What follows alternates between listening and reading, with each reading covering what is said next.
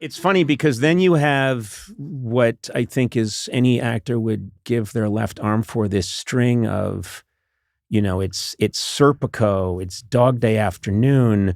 As I watch those performances and they're so electric and you had this energy. There's this energy that comes off of you, which still does, by the way, but there's kind of a almost electrical manic energy that comes out of you, out of your eyes, I was watching Dog Day Afternoon the other day, and just you can tell that you're so inhabited by that role and by that moment. And after all these years, it's still spectacular, but you have this string that's just unprecedented. And I'm reading about it in the book, and the whole time you feel very detached from it. Yes. Like you're not reveling and going, yep. I mean, I'd be out on the street going, yep, that's me. See that guy up there? That's me. Frequently are. I frequently am. And the sad thing is I'm pointing at you. See that, Al Pacino? That's me. See? And then I go to the hospital and I get treatment. But you have this string and it leads to more drinking, more drugs, more unhappiness, more feeling of being disconnected. Isn't that, which I have to say surprised me. I wasn't aware. Yeah. Well, it hit me. It just did. I felt the kind of isolation from it. I often talked about it as something like one has to earn one's relationships with friends and stuff.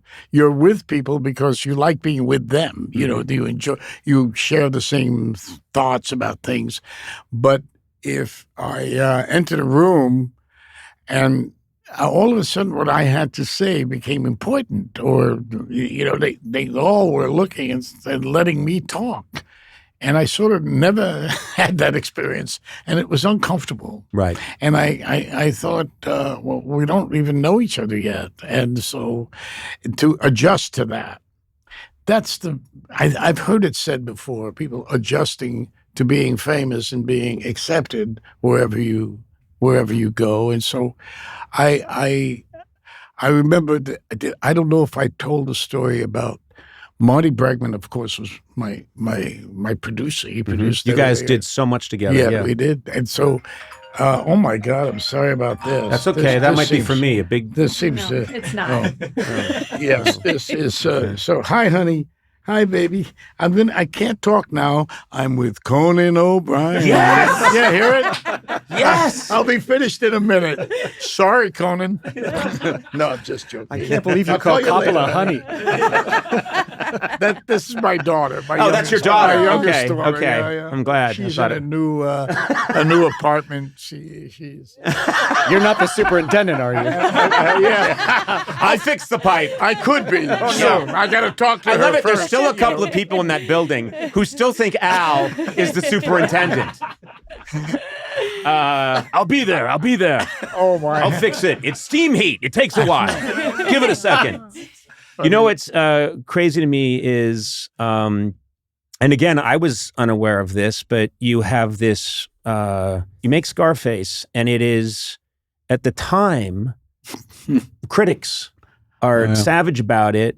And it has since become, in a lot of ways, I mean, financially, your biggest movie. It's huge, and it has this kind of enduring place in the culture, which nobody could have seen at the time. Is that fair to say? That's fair to say. Yeah. True. It's it seems like it is always there. There's a guy who wrote the Scarface Papers. I don't know if you've ever heard of that book, but it explains some of the stuff about its consistency and why it's still around. Yeah. And we got a lot of help from hip hop and from the rappers early on, and the college kids, and then other things started happening, and then we went into that VH. That started the VHS, catch, the VHS, and that's what blew it up. And then it went across went over the ocean into Europe and Asia and everywhere. And so it's like this thing. It's fascinating because it's so. Oliver Stone wrote this script. Yeah. Brian De Palma directed it, and they hit something nobody could be more different than the three of us and Bregman. We were just three different planets, and there we were, and somehow it just made it work for some reason. I mean, Brian De Palma threw Oliver Stone off the set. He couldn't be there, and I mean, it was that kind of thing. And people were, but it's a beautiful script when you read it, and when you see what Brian has done with it. So, it's what's amazing is, because I didn't know this, so I'm reading, this was in the book. One of your big contributions was you knew that Tony he's Scarface. He's got to have a scar, and you said you thought of the idea that it should come across the eyebrow. And you said in the book you did that because you thought that showed chaos. Yes. And I read that and I thought, yes, it does. Yes. That's fantastic. You don't know what you're going to get. This is chaos. It's disconcerting. I don't know how you thought of that, but the fact that an eyebrow is cut in two is on a level very disconcerting. Yes. In a subtle way that you didn't get a giant, you didn't do that. No. And it led me back to, it's a theme in your book. I don't know if this is conscious or unconscious. I know you've done a lot of therapy, but it does feel to me like there's some part of you that likes chaos. I mean, theater. Oh, come on, of course. I mean, without chaos, where are we?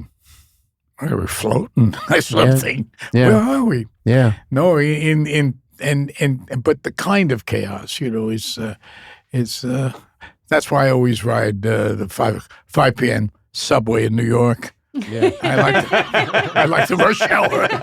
Just sit around there. Here they go, when the doors open. It sort of gives you a lift. You just feel, I'm alive and it's coming. I don't have anywhere to go though. I shouldn't be doing this. Yeah, I don't want you on the 5 o'clock subway anymore. No, I gotta get off. I'm gonna come with you. They'll be like, Al Pacino's with that gorgeous redhead.